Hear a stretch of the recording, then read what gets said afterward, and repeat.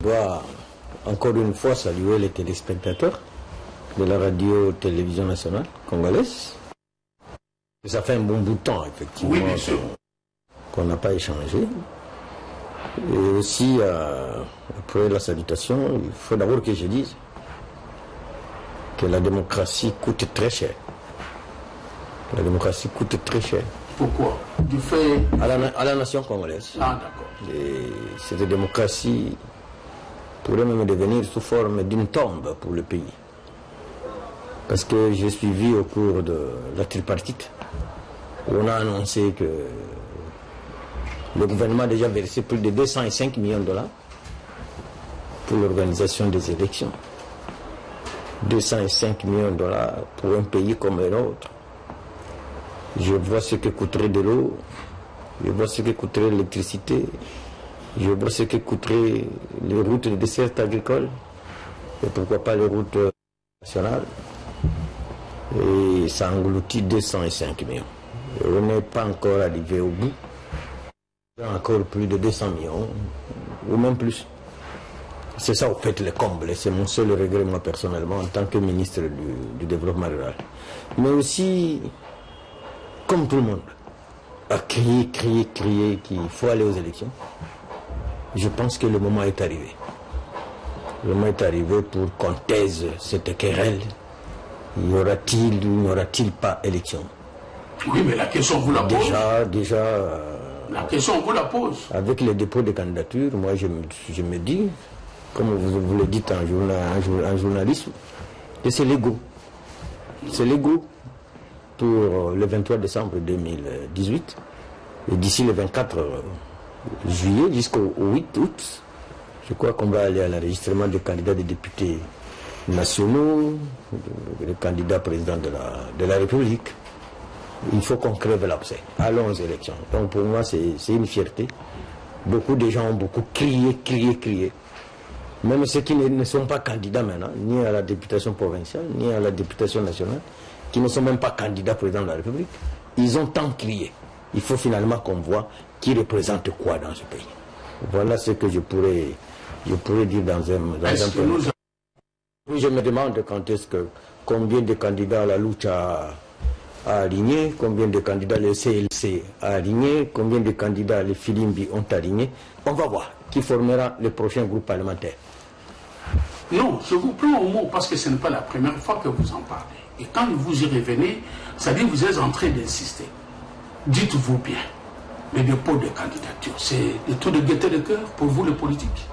De l'opposition, de la majorité? Du centre comme vous? Non, moi je suis un élu. J'ai 2 brassards. Et mon mandat était de 5 ans. Je les ai déjà consommés. Il faut que je renouvelle le mandat. Ça doit devenir une habitude. Vous avez dit tout de suite, parce qu'il y a candidature. Vous avez même dit, Philippe, il y aura combien de candidats? CLC aura combien de candidats? Au fait, parlons un peu de CLC. Le comité laïque catholique. Oui. Dont vous êtes vous-même membre. Comité laïque de coordination. Se disent-ils. Se disent-ils. Et donc aujourd'hui, quelle serait leur position par rapport au dépôt de candidature, par rapport à la concrétisation du schéma élection? D'abord, qu'est-ce que signifie laïque? C'est la question que je vous pose, parce que vous y êtes. Il n'y a pas meilleur laïque catholique que moi. Il n'y en a pas. Parce que nous qui devrions être prêtres, nous n'avons pas eu la chance de l'être. Nous n'exerçons que le métier de laïque. J'ai suivi, pour une fois d'ailleurs, le comité laïque, le fameux comité laïque de coordination a annoncé qu'il va organiser 3 jours de manifestation. D'ailleurs, c'est une association qui n'a pas de membres. C'est une association sans base. C'est une association sans base. La base du CLC, c'est le dimanche au sein des églises. Mais comme cette fois-ci, ils vont manifester en dehors de dimanche, et en dehors de l'église, en dehors de Maman Légio, ou en dehors de la messe officiée par des prêtres, c'est là où nous allons voir effectivement que représente ce comité laïque de coordination. C'est là où nous allons le voir. Est-ce que ce n'est pas... J'ai pas encore consulté mon calendrier. J'espère que le 12, ça doit être un jour de semaine. Oui. Le 13 également, un jour de semaine. Oui. Le 14 également, un jour de semaine. Ok, nous allons voir. Qu'est-ce qu'ils représentent? Moi, je sais que je sais et que ils ont changé de méthode parce que nous, les vrais laïcs catholiques, nous nous étions levés en condamnant l'Église catholique de prêter la maison de Dieu aux Koulouna, aux bandits qui se sont infiltrés dans ce fameux comité laïque de coordination. Nous nous étions levés, je suis parmi ceux qui se sont levés. Je suis même parmi ceux qui ont sauvé l'Église catholique. Je suis parmi ceux qui ont sauvé l'Église catholique. Qu'il était hors de question qu'au lieu d'aller à la messe, prier le bon Dieu et rentrer chez soi, maintenant les bandits viennent et ils commencent même à crier dans les églises Sango Silisano Kito Kende. Silisano Kito Kende. Et ceux qui venaient d'ailleurs, les dimanches, la démarche du comité laïque de coordination, ce n'étaient pas des chrétiens catholiques. Et l'église a failli tomber en faillite. Je dis bien tomber en faillite. Je suis effectivement également les déclarations de la Cinco. Oui. D'abord, moi-même en tant que catholique, je commence à me gêner. Pourquoi? Quand la Cinco s'est réunie, premier ordre du jour, situation politique du pays. Ils n'ont jamais mis à l'ordre du jour les délabrements exagérés de nos églises, de nos paroisses et de nos diocèses. Nos écoles, nos paroisses, c'est délabre, c'est déchire, tombe en ruine. Il n'y a pas ce point à l'ordre du jour. Mais c'est situation politique du pays. Ah bon? Oui, mais parce que... C'est un nouveau parlement? Oui, mais parce qu'on a donné à certains... On a donné aux pères la possibilité de discuter de questions politiques et ils en ont pris goût. Et depuis, ils continuent à faire ce qu'on appellerait ici l'évaluation. Donc c'est plus que normal qu'ils se retrouvent et qu'ils partent de la situation. En tout cas, moi je propose que le premier ordre du jour, quand mes évêques se réunissent, que le premier ordre du jour soit d'abord le délabrement de nos diocèses, le délabrement de nos paroisses, le délabrement même moral, pourquoi pas même physique de l'église en entier. Nous avons perdu les pédales, ça je dois vous le dire. Et après maintenant, on peut examiner la situation sociale du pays. Mais la situation politique, qu'on réserve ça aux politiciens. Ça c'est notre question. Oui, par exemple, ça aux politiciens. Ouais. Excellence, monsieur le ministre, vous êtes de l'opposition. Je suis très à l'aise de savoir qu'il y a 2 jours,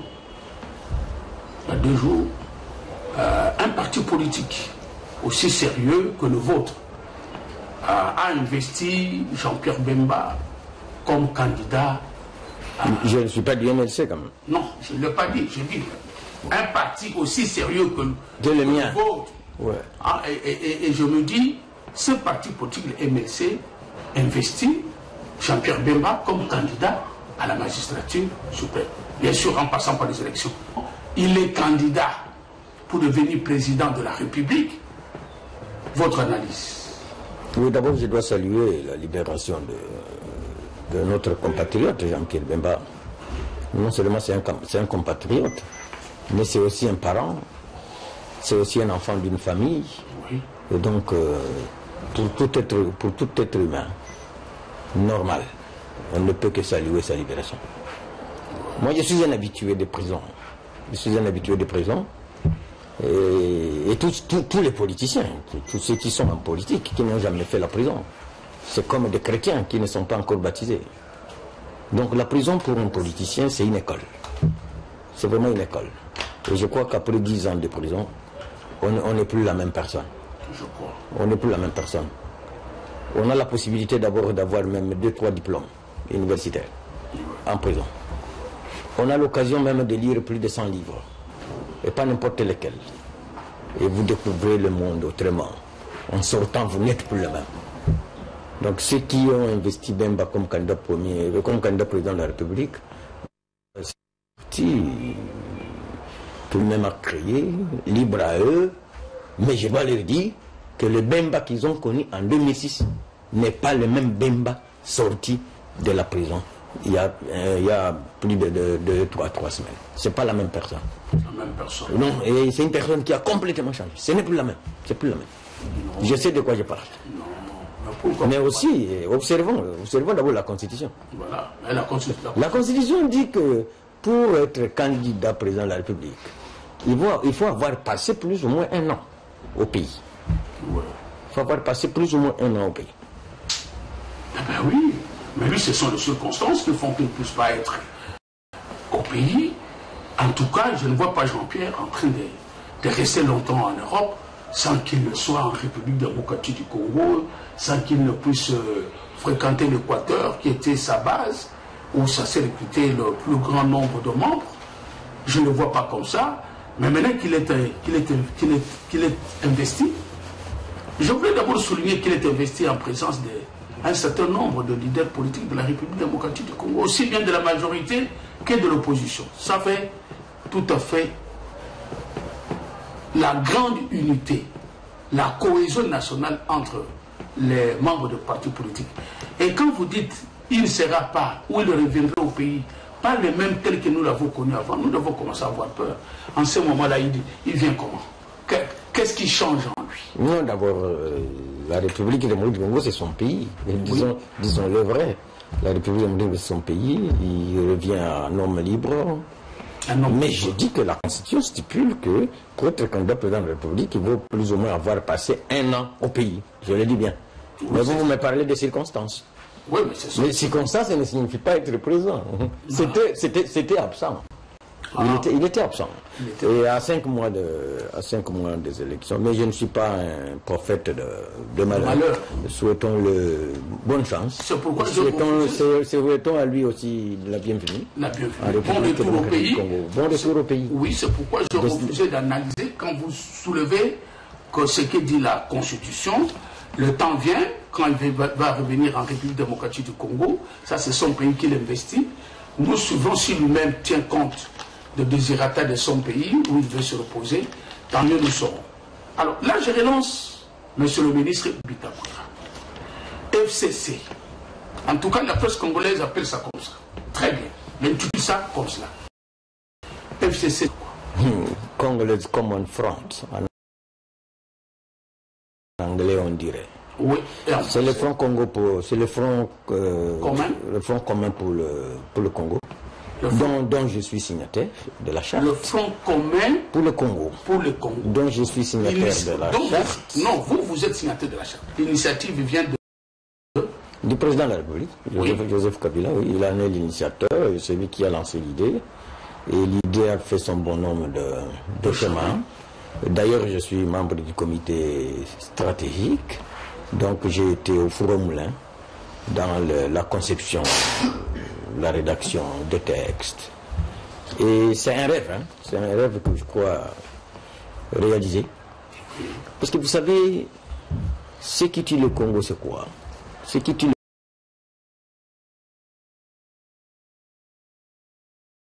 le Congo, c'est sa propre classe politique. Sa propre classe politique, je ne cesserai jamais de le dire. Et le monde entier profite de nos divisions. Pour effectivement nous traiter comme des enfants éternels. Profite de nos divisions pour nous traiter comme des enfants éternels. Et j'ai une image à moi. Que je voudrais donner à l'opinion congolaise. Pour leur dire que nous ne sommes pas différents des Noirs sud-africains. Nous ne sommes pas différents des Noirs sud-africains. Lors de l'apartheid en Afrique du Sud. Lors de l'apartheid en Afrique du Sud, on s'est retrouvé devant 2 blocs de Noirs sud-africains. Le bloc Mandela et le bloc Mangosuthu Buthelezi. Ouais. Et Mangosuthu Buthelezi, en fait, c'était le pion que les Blancs utilisaient pour saboter toutes les actions constructives du bloc Mandela. Vous comprenez? Oui. Et je vous dis que Mangosuthu Buthelezi, jusqu'à ce jour, il est vivant. Mais l'histoire l'a effacé dans la mémoire.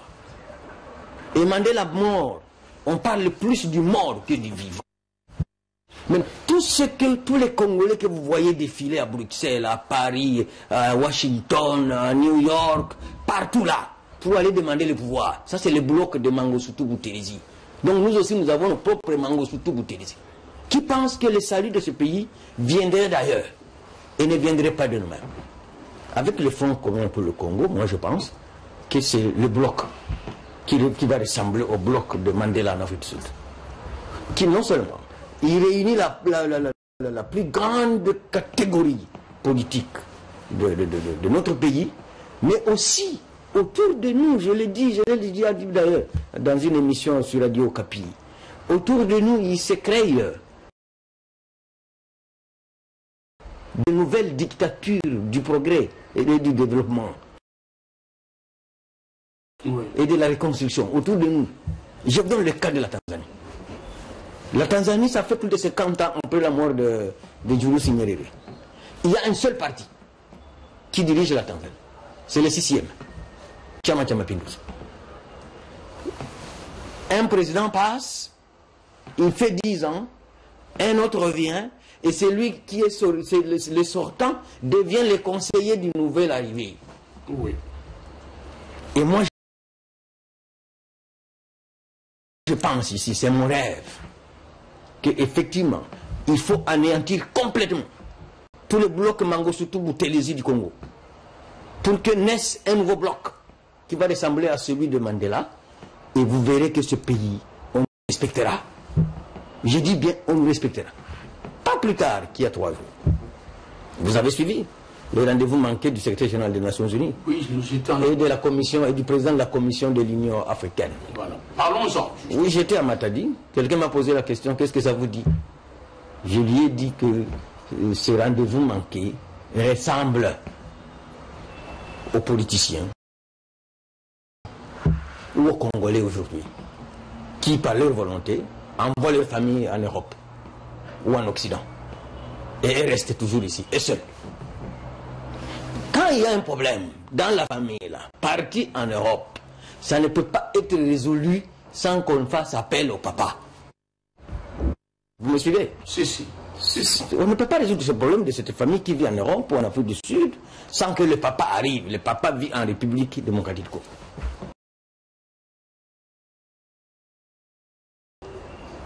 Maintenant, est-ce que le secrétaire général, c'est notre papa? Est-ce que le président de la commission de l'Union africaine, c'est notre papa? Que pour résoudre notre problème, attendez que le papa vienne. Non, nous n'avons pas un papa caché quelque part. Comme des Congolais qui envoient leur famille en Europe et eux restent ici. Et effectivement aussi, moi j'aurais proposé au secrétaire général des Nations Unies et le président de la commission de l'Union africaine, comme c'est un Tchadien, il devrait commencer par le Tchad. Parce qu'au Tchad, il n'y a pas de démocratie. Oui, il y a des problèmes de démocratie. On kidnappe les opposants, on les matraque. Il n'y a pas de démocratie au Tchad. Comme le président de la commission de l'Union africaine, c'est un Tchadien, il aurait pu d'abord inviter le secrétaire général pour aller au Tchad, aller voir ce qui s'y passe, et puis ils vont venir ici en République démocratique. La République démocratique du Congo, c'est le pays le plus démocratique de l'Afrique centrale. C'est démontré. C'est de toute la sous-région. C'est démontré. Les gens ne le savent pas, mais même nous sommes le pays le plus démocrate de toute l'Afrique centrale. Il n'y a pas un pays aussi démocratique que nous en Afrique centrale. Il n'y en a pas. Le Congo-Brazzaville, l'Angola, le Cameroun, le Tchad, le Rwanda, le Burundi. Aucun. Aucun. D'abord, le nombre de nos médias d'abord. Et puis, au Rwanda, il y a des choses que vous pouvez dire au Rwanda, vous ne dormez pas chez vous. Au Tchad, même chose.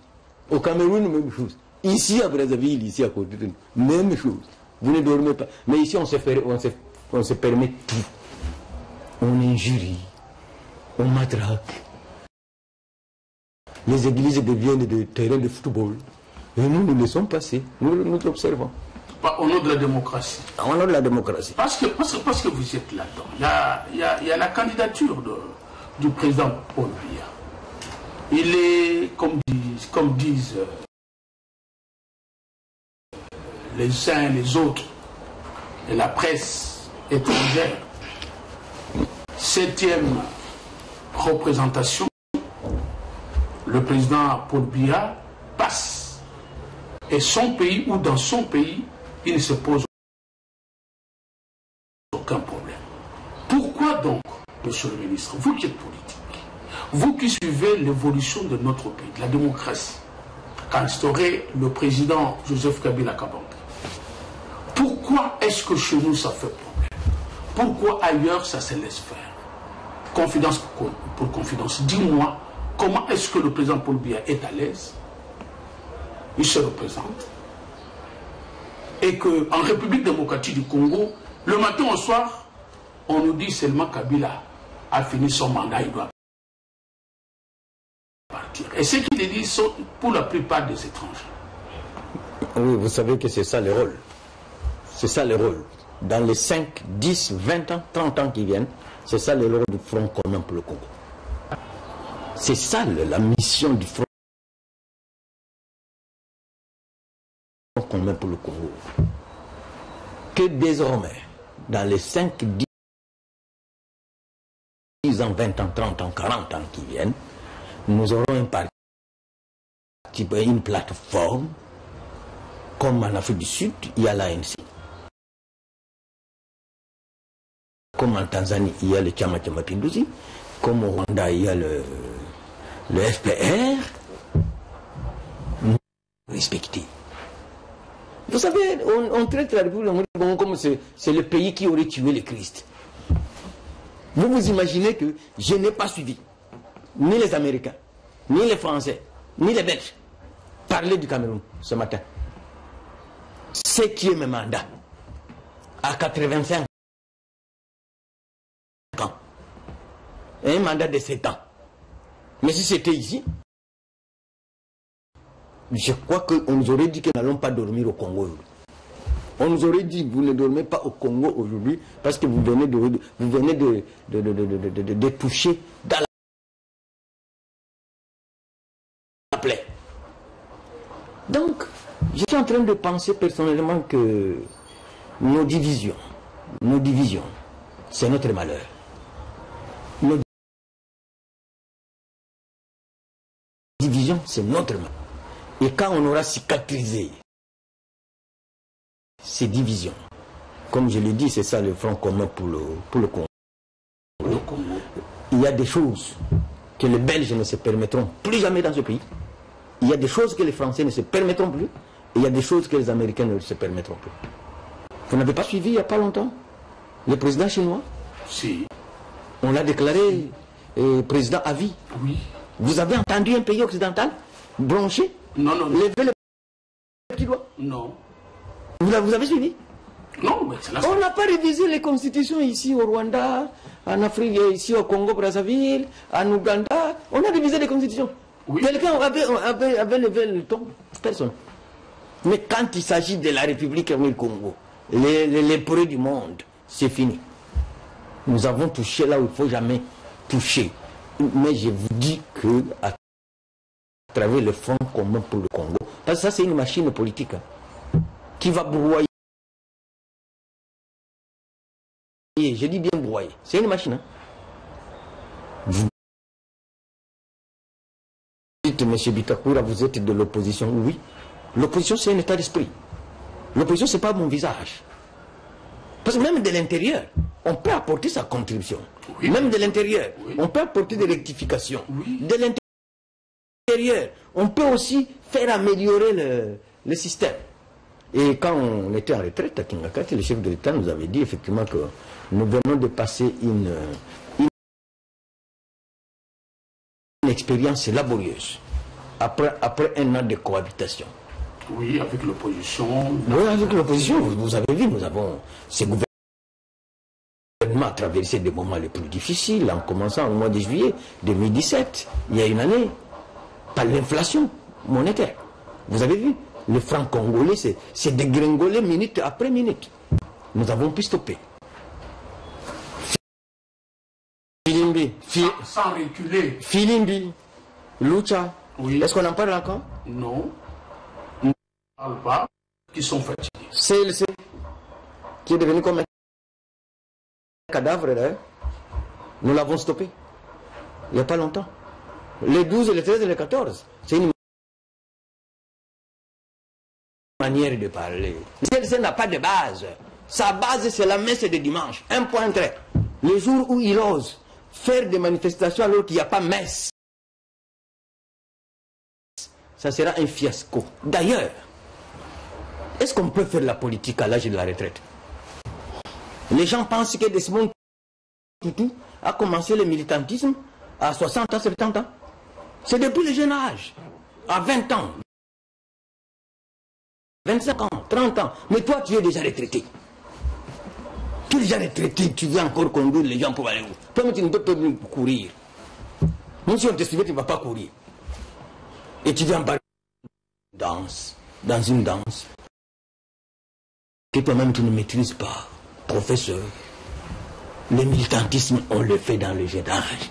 On ne le fait pas au crépuscule de sa vie. Je connais d'autres là qui étaient dans la société civile, qui sont devenus CLC. Rapporteur de Kodjo à la cité de l'Union africaine. Oui. Rapporteur de Kodjo à l'Union africaine.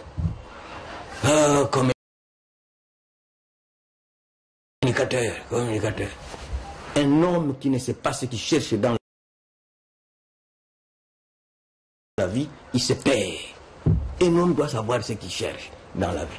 Et c'est ma grand-mère qui disait, ne faites pas plusieurs métiers à la fois. Vous êtes chômeur tout en prétendant travailler. Donc nous disons que on n'est pas contre les voies contradictoires avec ce que nous faisons, mais nous ne sommes pas d'accord avec ces citoyens congolais qui pensent effectivement que c'est les Belges, les Français, les Américains qui viendront transformer notre pays. C'est à nous-mêmes. J'ai même suivi un autre laquais qui félicitait les États-Unis d'avoir quitté la Commission des droits de l'homme. Parce que la République démocratique du Congo a été élue. Un Congolais.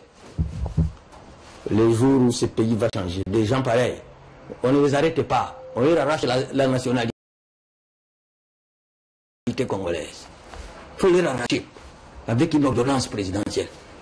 Que toi tu n'es plus Congolais, tu deviens apatride, tu vas chercher où aller vivre. Ton association, on dissout.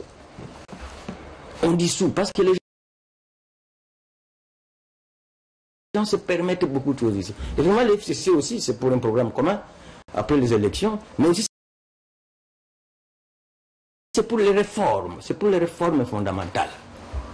Et c'est la raison pour laquelle l'article 3 de la charte dit que chaque organisation, chaque parti politique, chaque regroupement garde son identité et son autonomie dans l'action. Mais nous restons solidaires entre nous. Oui.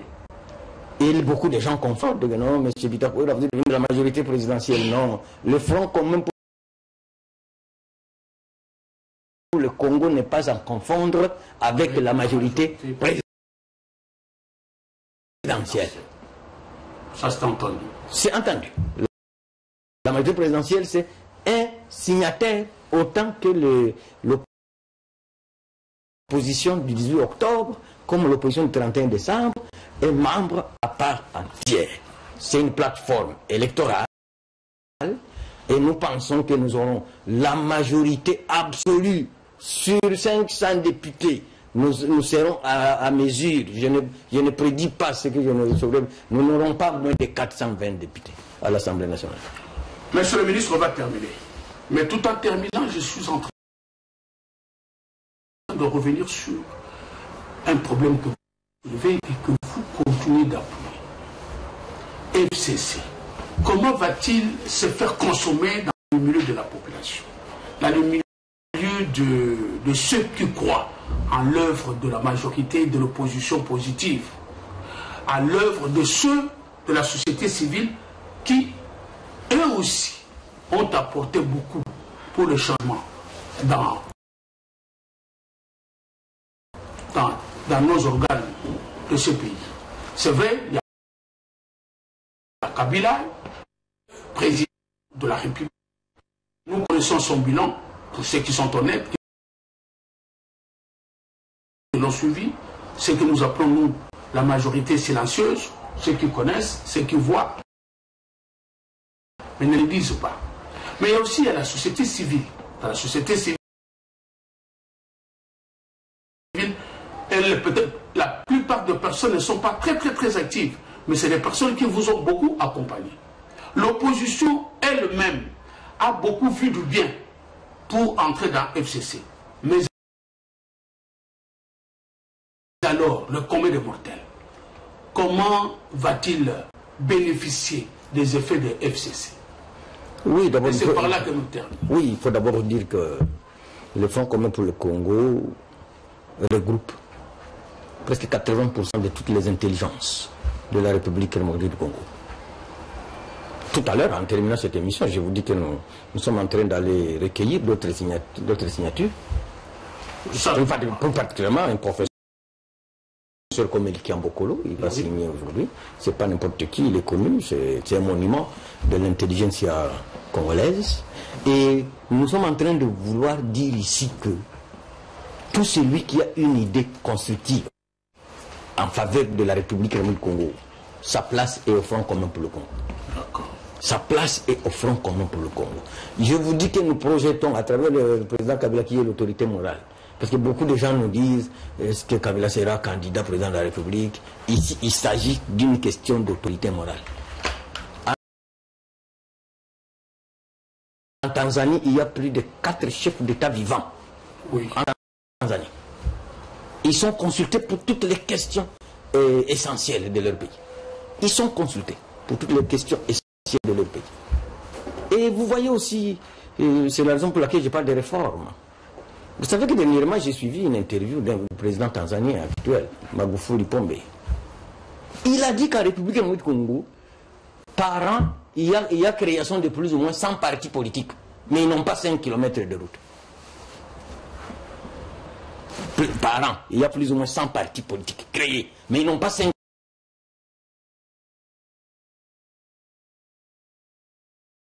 km de route. Vous imaginez à quoi ça arrive? Et d'ailleurs, il faut encore aller plus loin. Et ça, j'en discute avec beaucoup de collègues.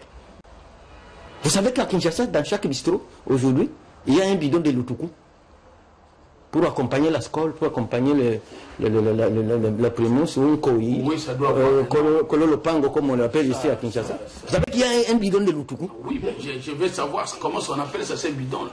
Mais normalement, nous devons tout faire pour éviter à ce que nous ne devenions pas un peuple drogué. Qu'on ne devienne pas un peuple drogué. Et pour moi, s'il m'était proposé de faire une réforme, on ne devait pas consommer de l'alcool avant 17h. On ne devait pas. Et il faudra que cette idée, que les Quinois commencent à intérioriser qu'un jour, on risque de nous interdire l'alcool avant 17h. Parce qu'à partir de 8h, 8h, 9h, nous avons déjà plus ou moins 2 millions de soulards dans la ville. Alors, la République du Congo, n'en parlons pas. Mais Kinshasa est la ville la plus habitée. Okay. Il faudra des réformes sérieuses. Et les gens vont dire non, ceux qui vont la Masangate, Bakotomboka. Non, ce pays n'ira nulle part si nous laissons le pays entre les mains des drogués. Dans 20 ans, il n'y aura pas de députés, il n'y aura pas de sénateurs. Mais comment un drogué va aller être sénateur? Donc, il y a des réformes profondes à apporter. Et vous savez, les gens connaissent le Congo comme étant un pays très riche. Mais la richesse doit nous ressembler. La richesse doit nous ressembler.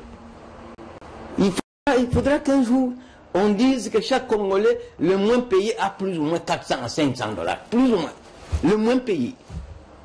Mais il faut qu'on jugule la contrebande. Il faut qu'on jugule la fraude. Donc il y a des réformes profondes qu'on va opérer à travers le Front commun pour le Congo. Et ça sera dur à avaler. Au début. Au début, ça sera très dur à avaler. Mais nous y sommes. Et je suis sûr que nous allons réaliser ce rêve. Qu'en Tanzanie, il y a un parti qui dirige. En Afrique du Sud, il y a un parti qui dirige. Et nous aussi, demain, le Front commun pour le Congo pourra diriger même pendant 80 ans. C'est cela que nous allons laisser comme héritage à nos enfants et à toutes nos projectures à venir. Merci beaucoup. Merci beaucoup, ministre Bitakwira. Au nom de nombreux téléspectateurs qui nous suivent souvent au cours de cette émission Sous les vifs, je partage votre enthousiasme, je partage votre souci.